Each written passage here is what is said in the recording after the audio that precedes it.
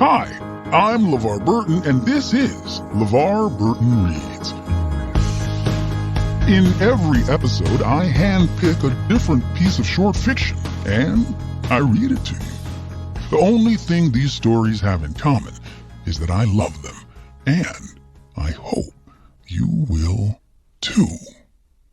Y'all, Season 10 of the LeVar Burton Reads podcast has been such an incredible experience, and I get to cap it all off today with a giant of fantasy, horror, and speculative fiction.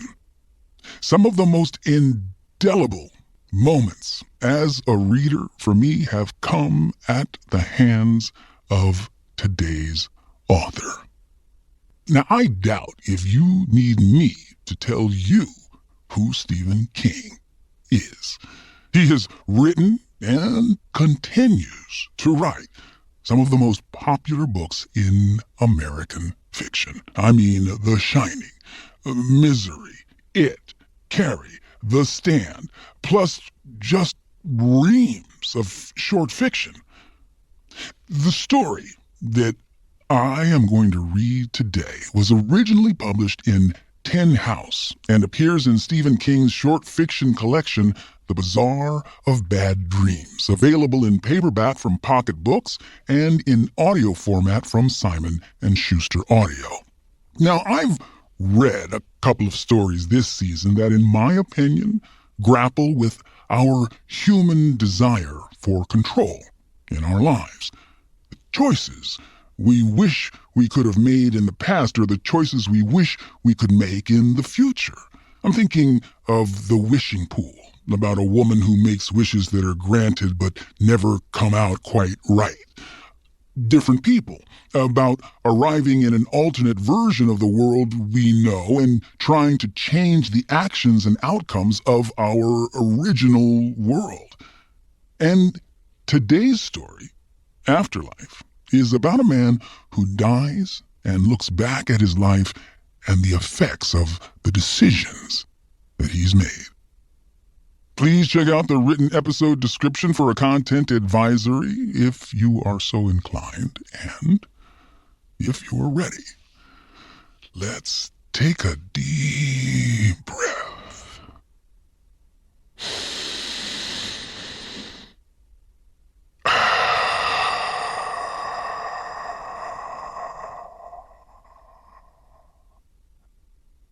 And begin. Afterlife by Stephen King.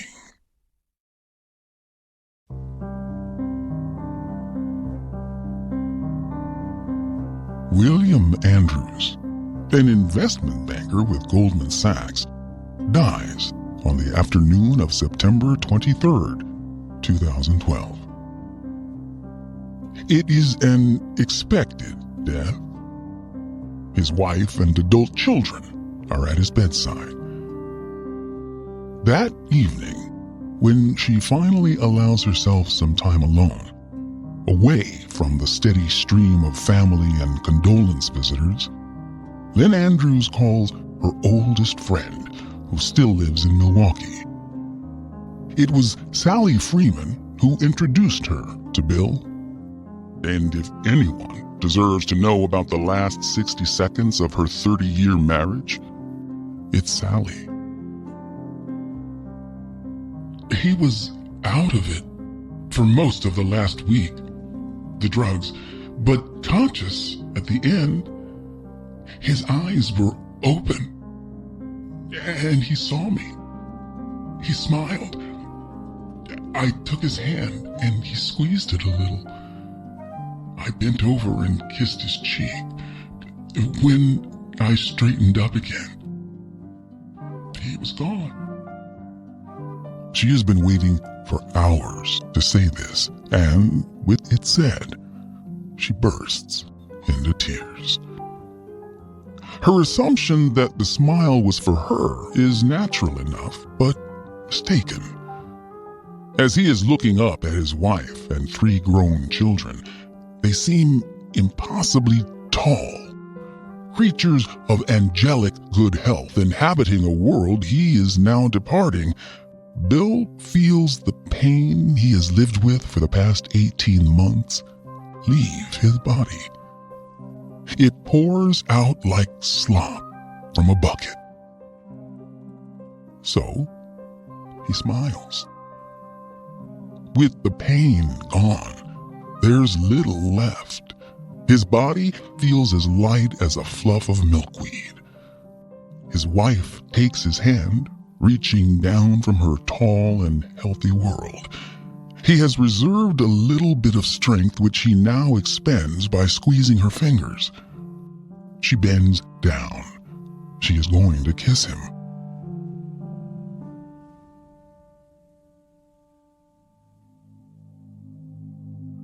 Before her lips can touch his skin, a hole appears in the center of his vision. It's not a black hole, but a white one. It spreads, obliterating the only world he's known since 1956, when he was born in the small Hemingford County Hospital in Nebraska. During the last year, Bill has read a great deal about the passage from life to death. On his computer, always careful to obliterate the history so as not to upset Lynn, who is constantly and unrealistically upbeat. And while most of it struck him as bullshit, the so-called white light phenomenon seemed quite plausible. For one thing, it has been reported in all cultures. For another, it has a smidgen of scientific credibility. One theory he's read suggests the white light comes as a result of the sudden cessation of blood flow to the brain. Another, more elegant, posits that the brain is performing a final global scan in an effort to find an experience comparable to dying. Or it may just be a final firework. Whatever the cause, Bill Andrews is now experiencing it. The white light obliterates his family and the airy room from which the mortuary assistants will soon remove his sheeted, breathless body. In his researches, he became familiar with the acronym NDE, standing for near-death experience. In many of these experiences, the white light becomes a tunnel, at the end of which stand beckoning family members who have already died, or friends, or angels, or Jesus, or some other beneficent deity.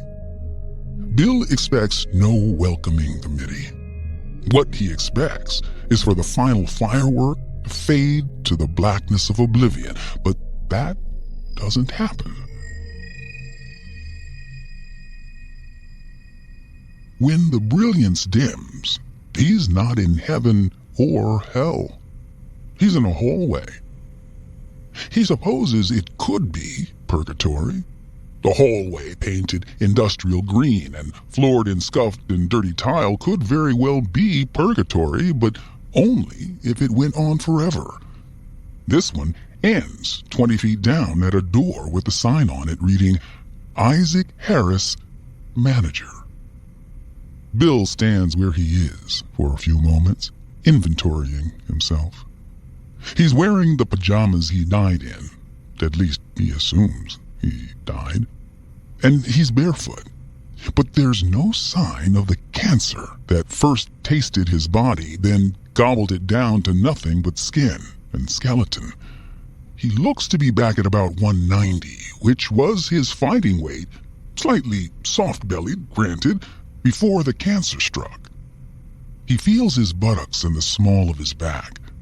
The bed sores are gone. Nice. He takes a deep breath and exhales without coughing. Even nicer. He walks a little way down the hall. On his left is a fire extinguisher with a peculiar graffito above it. Better late than never. On his right is a bulletin board. On this, a number of photographs have been penned. the old-fashioned kind with decal edges. Above them is a hand-printed banner reading, "Company Picnic 1956. What fun we had." Bill examines the photographs, which show executives, secretaries, office personnel, and a gaggle of romping kids smeared with ice cream. There are guys tending a barbecue, one wearing the obligatory joke toque, guys and gals tossing horseshoes, guys and gals playing volleyball, guys and gals swimming in a lake. The guys are wearing bathing suits that look almost obscenely short and tight to his 21st century eye, but very few of them are carrying big guts. They have 50s physiques, Bill thinks. The gals are wearing those old-fashioned Esther Williams tank suits, the kind that make women look as if they have not buttocks, but only a smooth and cleftless swoop above the backs of their thighs. Hot dogs are being consumed. Beer is being drunk. Everybody appears to be having a whale of a good time. In one of the pictures, he sees Richie Blankmore's father handing Anne-Marie Winkler a toasted marshmallow. This is ridiculous, because Richie's dad was a truck driver and never went to a company picnic in his life. Anne-Marie was a girl he dated in college. In another photo, he sees Bobby Tisdale, a college classmate back in the early 70s. Bobby, who referred to himself as Tiz the Wiz, died of a heart attack while still in his 30s. He was probably on Earth in 1956, but would have been in kindergarten or the first grade, not drinking beer on the shore of Lake whatever. In this picture, the Wiz looks about 20, which would have been his age when Bill knew him. In a third picture, Eddie Scarponi's mom is baffing a volleyball. Eddie was Bill's best friend when the family moved from Nebraska to Paramus, New Jersey, and Gina Scarponi, once glimpsed sunning herself on the patio in filmy white panties and nothing else, was one of Bill's favorite fantasies when he was still on his masturbation learner's permit. The guy in the joke toque is Ronald Reagan. Bill looks closely, his nose almost pressing against the black and white photo, and there can be no doubt. The 40th President of the United States is flipping burgers at a company picnic. What company, though? And where exactly is Bill now?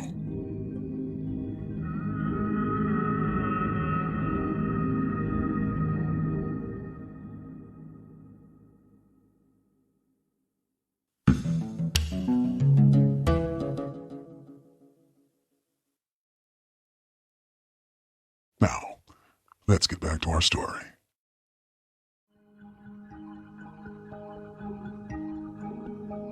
His euphoria at being whole again and pain-free is fading.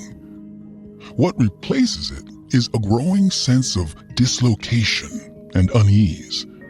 Seeing these familiar people in the photographs doesn't make sense, and the fact that he doesn't know the majority of them offers marginal comfort at best.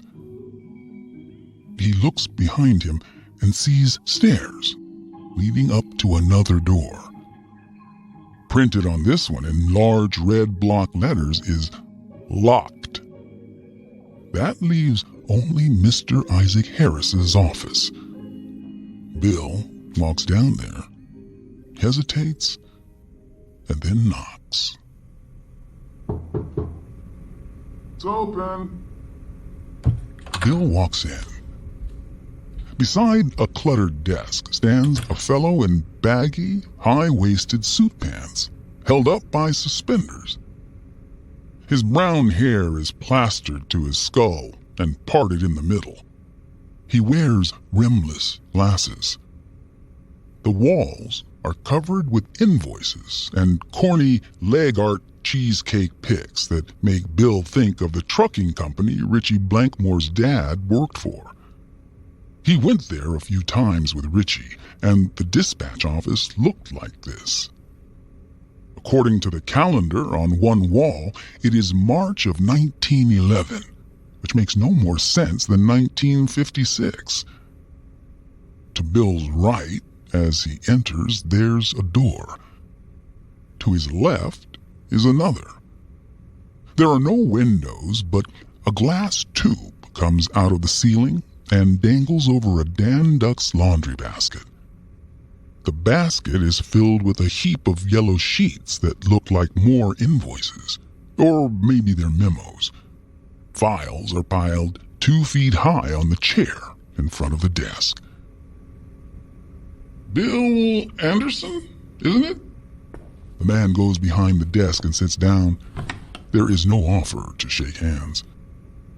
Andrews. Right. And I'm Harris.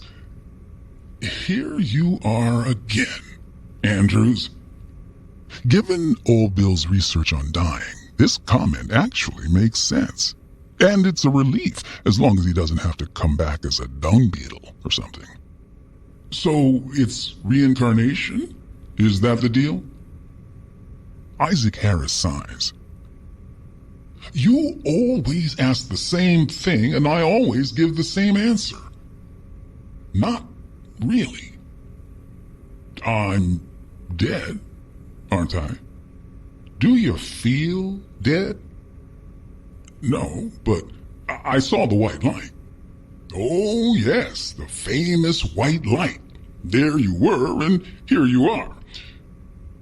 Wait a minute. Just hold the phone.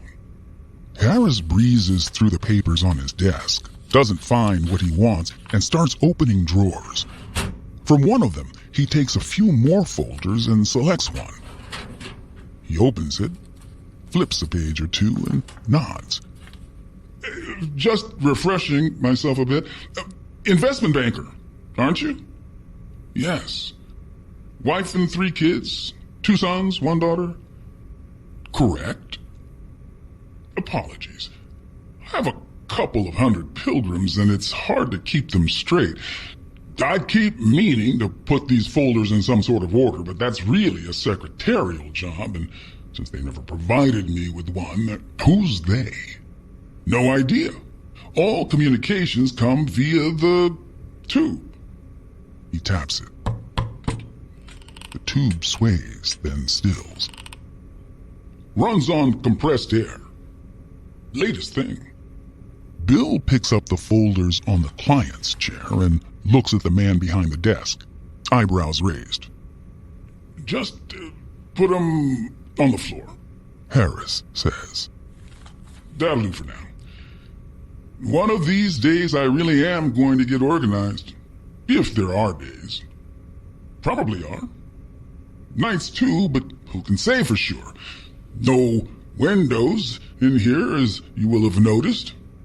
Also, no clocks. Bill sits down. Why call me a pilgrim if it's not reincarnation? Harris leans back and laces his hands behind his neck.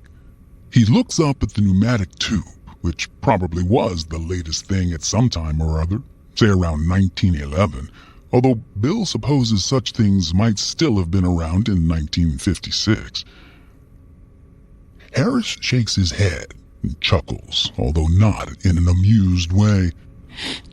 If only you knew how wearisome you guys become. According to the file, this is our 15th visit. I've never been here in my life, Bill says. He considers this. Except it's not my life, is it? It's my afterlife. Actually, it's mine. You're the pilgrim, not me. You and the other bozos who parade in and out of here. You'll use one of the doors and go. I stay. There's no bathroom here because I no longer have to perform toilet functions. There's no bedroom because I no longer have to sleep. All I do is sit around and visit with you traveling bozos. You come in, you ask the same questions, and I give the same answers. That's my afterlife. Sound exciting? Bill, who has encountered all the theological ins and outs during his final research project, decides he had the right idea while he was still in the hall. You're talking about purgatory. Oh, no doubt. The only question I have is how long I'll be staying. I'd like to tell you I'll eventually go mad if I can't move on, but I don't think I can do that any more than I can take a shit or a nap. I know my name means nothing to you, but we've discussed this before. Not every time you show up, but on several occasions. He waves an arm with enough force to cause some of the invoices tacked on the wall to flutter. This is, or was, I'm not sure which is actually correct, my earthly office. In 1911? Just so. I'd ask if you know what a shirtwaist is, Bill, but since I know you don't, I'll tell you. A woman's blouse. At the turn of the century, I and my partner, Max Blank, owned a business called the Triangle Shirtwaist Factory. Profitable business, but the women who worked there were a large pain in the keister, always sneaking out to smoke, and this was worse, stealing stuff, which they would put in their purses or tuck up under their skirts. So we locked the doors to keep them in during their shifts and searched them on their way out.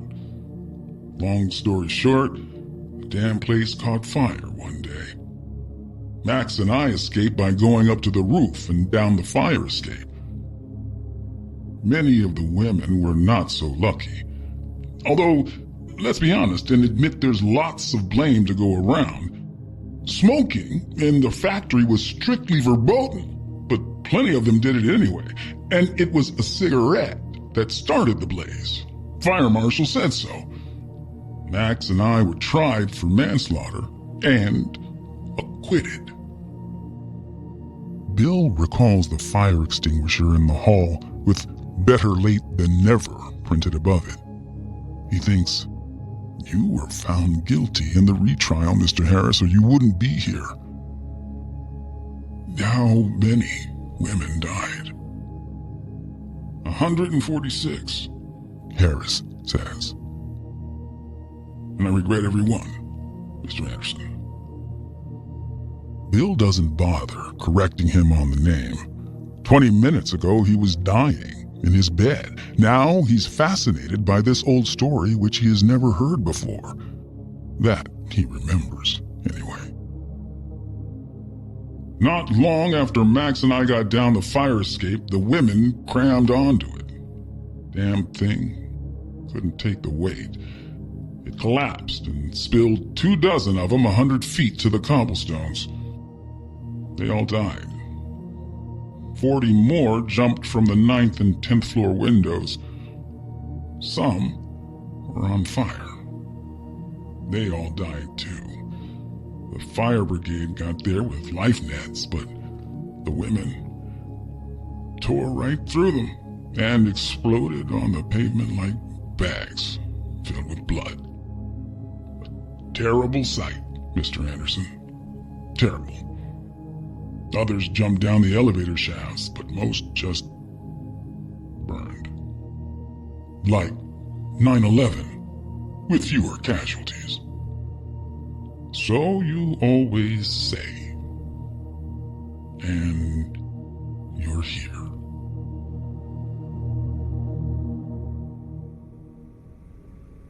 Yes, indeedy. I sometimes wonder how many men are sitting in offices just like this. Women, too. I'm sure there are women. I've always been forward-looking and see no reason why women can't fill low-level executive positions, and admirably. All of us answering the same questions and sending on the same pilgrims. Think that the load would lighten a little each time one of you decides to use the right-hand door instead of that one. He points to the left.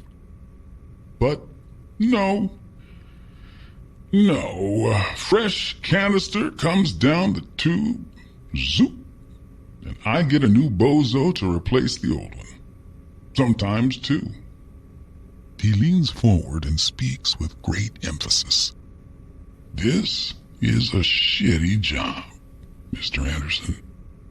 It's Andrew's, Bill says. And look, I'm sorry you feel that way, but Jesus, take a little responsibility for your actions, man.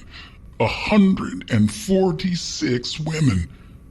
And you did lock the doors. Harris hammers his desk. They were stealing us blind. He picks up the folder and shakes it at Bill. You should talk. Ha! Pot calling the kettle black. Goldman Sachs. Securities fraud. Profits in the billions, taxes in the millions. The low millions. Does the phrase housing bubble ring a bell? How many clients' trust did you abuse? How many people lost their life savings thanks to your greed and short-sightedness? Bill knows what Harris is talking about, but all that chicanery, well, most of it, went on far above his pay grade. He was as surprised as anyone when the excrement hit the cooling device.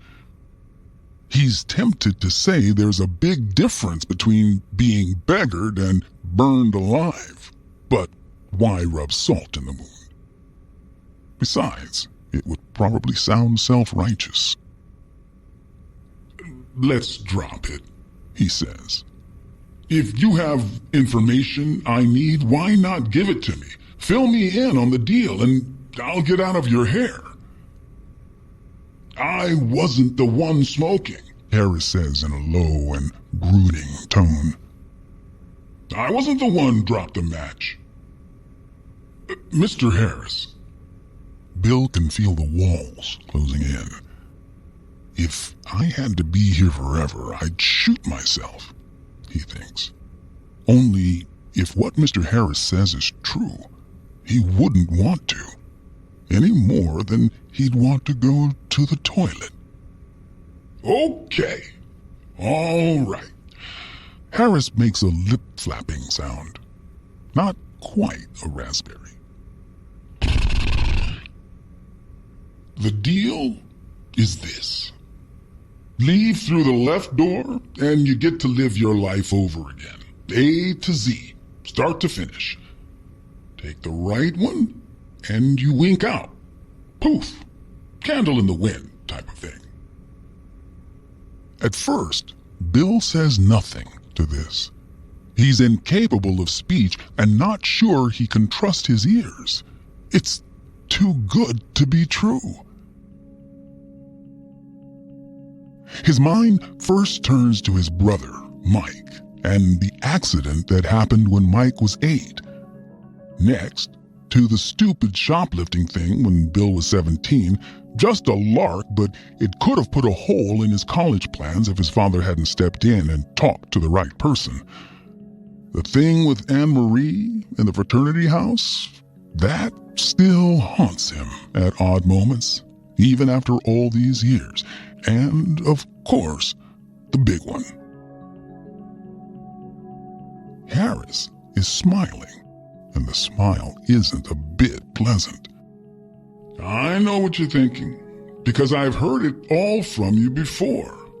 It's about how you and your brother were playing flashlight tag when you were kids, and you slammed the bedroom door to keep him out and accidentally cut off the tip of his pinky finger.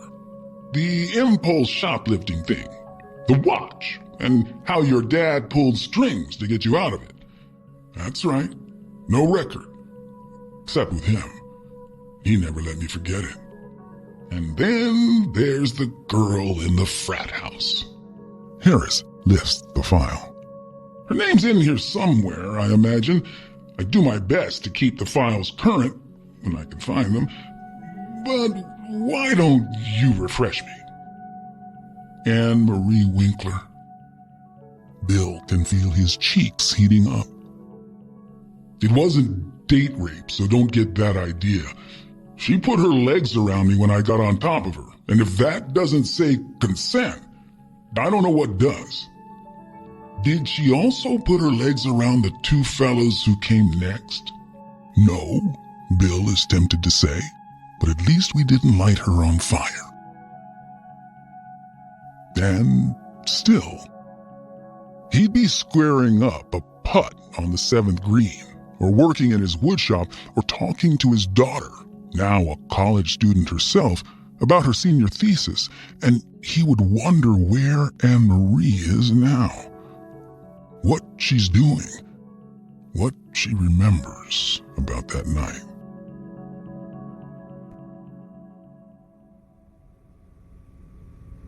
Harris's smile widens to a locker room smirk.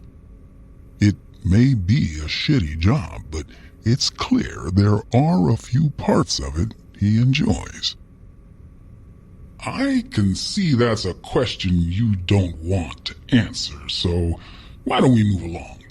You're thinking of all the things you'll change during your next ride on the cosmic carousel. This time you won't slam the door on your kid brother's finger, or try to shoplift a watch at the Paramus Mall. That was the Mall of New Jersey. I'm sure it's in your file somewhere. Harris gives Bill's folder a get-away flap, and continues. Next time, you'll decline to fuck your semi-comatose date as she lies on the sofa in the basement of your fraternity house. And, big one, you'll actually make that appointment for the colonoscopy instead of putting it off, having now decided, correct me if I'm wrong, that the indignity of having a camera shoved up your ass is marginally better than dying of colon cancer. Bill says, several times I've come close to telling Lynn about that frat house thing. I've never had the courage.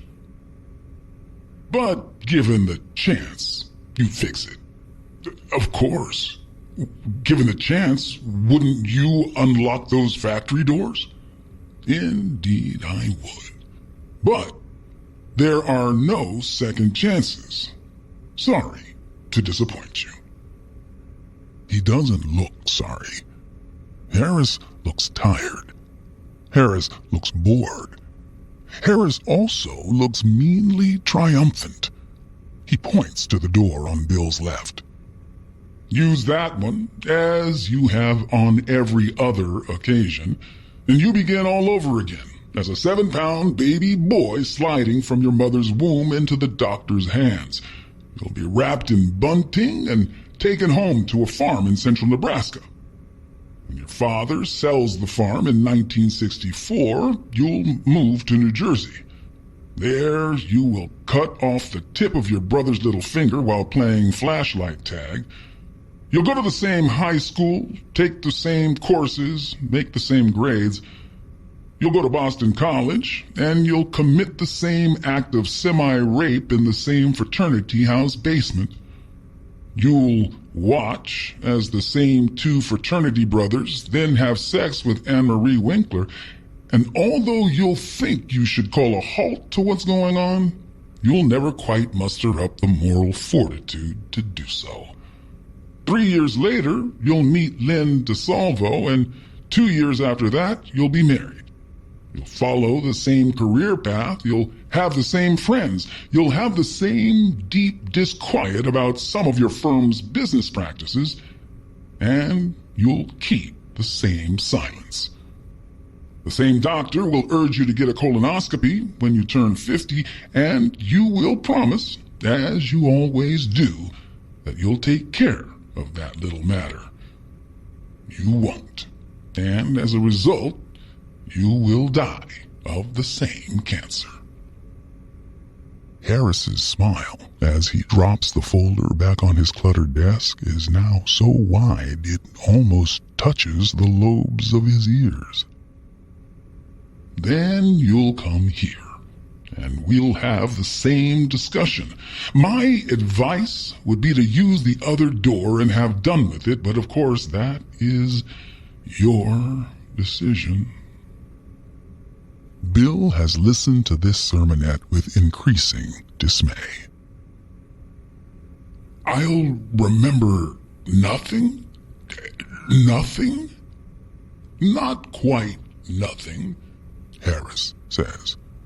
You may have noticed some photos in the hall. The company picnic. Yes. Every client who visits me sees pictures from the year of his or her birth and recognizes a few familiar faces amid all the strange ones. When you live your life again, Mr. Anders, presuming you decide to, you will have a sense of deja vu when you first see those people, a sense that you have lived it all before, which, of course, you have. You will have a fleeting sense, almost a surety, that there is more, shall we say, depth to your life and to existence in general than you previously believed. But then it'll pass. If it's all the same, with no possibility of improvement, why are we even here? Harris makes a fist and knocks on the end of the pneumatic tube hanging over the laundry basket, making it swing. Client wants to know why we're here, wants to know what it's all about. He waits. Nothing happens. He folds his hands on his desk. When Job wanted to know that, Mr. Anders, God asked if Job was there when he, God, made the universe. I guess you don't even rate that much of a reply, so let's consider the matter closed. What do you want to do? Pick a door. Bill is thinking about the cancer, the pain of the cancer. To go through all that again, except he wouldn't remember he'd gone through it already. There's that, assuming Isaac Harris is telling the truth. No memories at all? No changes at all? Are you sure? How can you be? Because it's always the same conversation, Mr. Anderson. Each time, and with all of you. It's Andrews! He bellows it, surprising both of them. In a lower voice, he says, if I try, really try, I'm sure I can hold on to something. Even if it's only what happened to Mike's finger. And one change might be enough to, I don't know, to take Anne-Marie to a movie instead of to that fucking kegger. How about that? Harris says, there is a folk tale that before birth, every human soul knows all the secrets of life and death and the universe. But then, just before birth, an angel leans down, puts his finger to the new baby's lips, and whispers, shh. Harris touches his philtrum. According to the story, this is the mark left by the angel's finger. Every human being has one. Have you ever seen an angel, Mr. Harris? No, but I once saw a camel. It was in the Bronx Zoo. Choose a door. As he considers, Bill remembers a story they had to read in junior high. The lady or the tiger.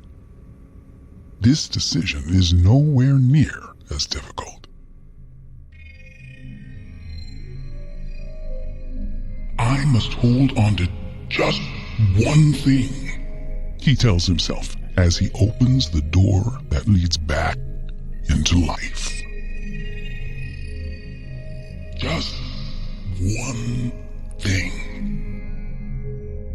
The white light of return envelops him.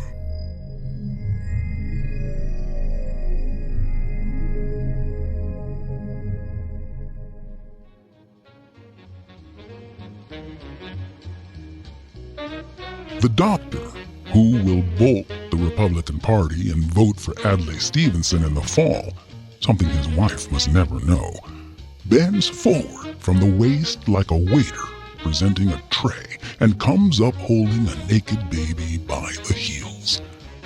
He gives it a sharp smack, and the squalling begins. "You have a healthy baby boy, Mrs. Andrews," he says. "Looks to be about 7 pounds. Congratulations." Mrs. Andrews takes the baby. She kisses his damp cheeks and brow. They will name him William, after her paternal grandfather. When the 21st century comes, he'll still be in his 40s.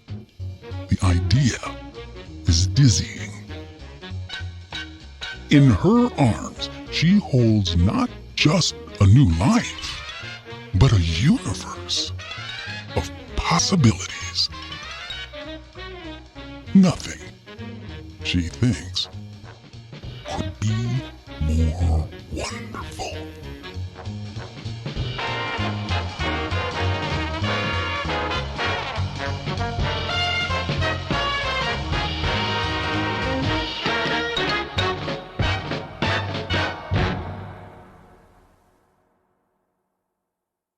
First of all, let me just say, one more time, Stephen King, y'all.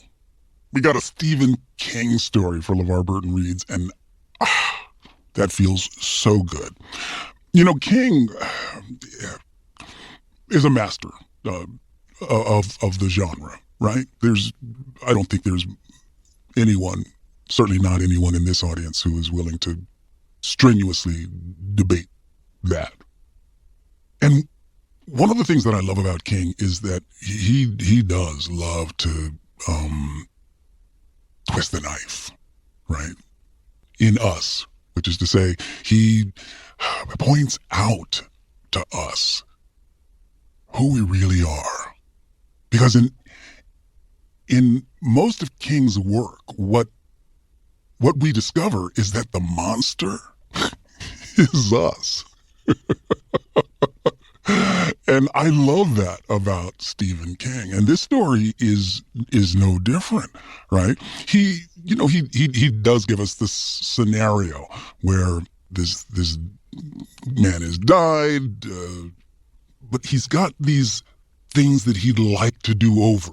In the grand scheme of his life, he sort of narrowed it down to 3 or 4 things that he would love to do differently given the opportunity. And I can certainly relate to that, right? But what we discover is that there's no such thing as a second chance. And what I find fascinating is that even here at the end of his life, this guy is in the netherworld between, worlds, ostensibly, and yet he's still backpedaling the rape that he took part in when he was in college. And that is so freaking human, to want to backpedal away from the worst aspects of who we are, the worst thing we have ever done, the worst act we have ever committed in our lives. We are loath to take responsibility, to be honest about just what a monster we have the capability of being. But here's the thing.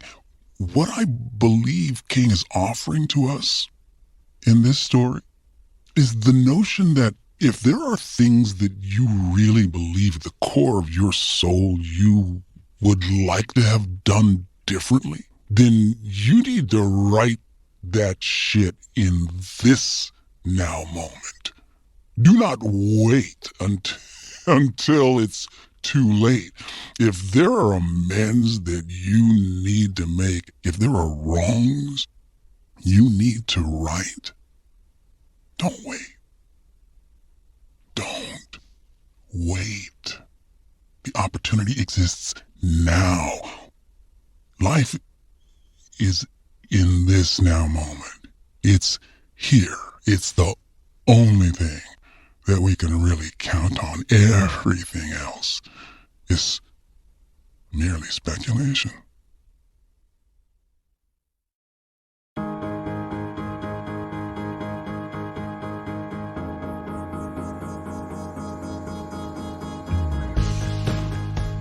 Our producer on this episode of LeVar Burton Reads is Julia Marie Smith. She's the best in the business, y'all.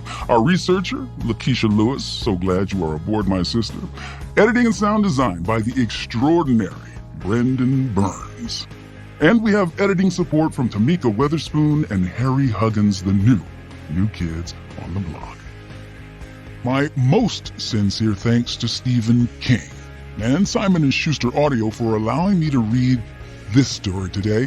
It appears in the collection The BAZAAR of Bad Dreams, available in paperback from Pocket Books, ebook from Scribner, and in audio format from Simon & Schuster Audio. If you like the podcast, please leave us a review on Apple Podcasts and tell a friend, why don't you? Pick your favorite story and send it to them. And hey, you can hear episodes ad-free if you like, and also listen to exclusive bonus author interviews on Stitcher Premium. Go to stitcherpremium.com/LeVar to start your free trial. LeVar Burton Reads is a production of Stitcher and LeVar Burton Entertainment. Our executive producers are Josephine Martirana and yours truly, LeVar Burton. And I am LeVar Burton. You can find me on Twitter at LeVar Burton and LeVar.Burton on Instagram. LeVarBurton.com is my corner of the interwebs. I'll see you next time, but you don't have to take my word for